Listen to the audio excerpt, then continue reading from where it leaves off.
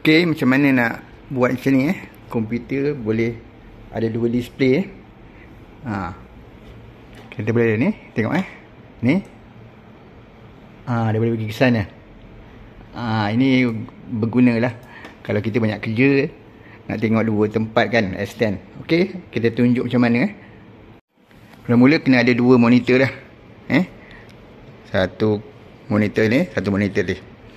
Kedua, kena pastikan ada HDMI. Ni HDMI. Kena ada dua-dua, sambungkan kat sini dan kat belakang dia. Kena dua-dua komputer ada. Monitor ada. Kalau tak ada tak boleh.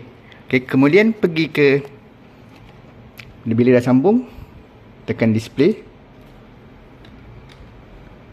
Kena pastikan dia ada ni. Kalau yang Windows lama saya tak ada. Windows 11 memang ada lah. Duplicate or extend. Lepas tu pilih multiple display. Mana tadi nak ambil ni? Dia automatic duplicate this display. Ambil extend this display. Okey? Jadi bolehlah gunakan dua display. Panjang lah kan? Okey, semoga bermanfaat.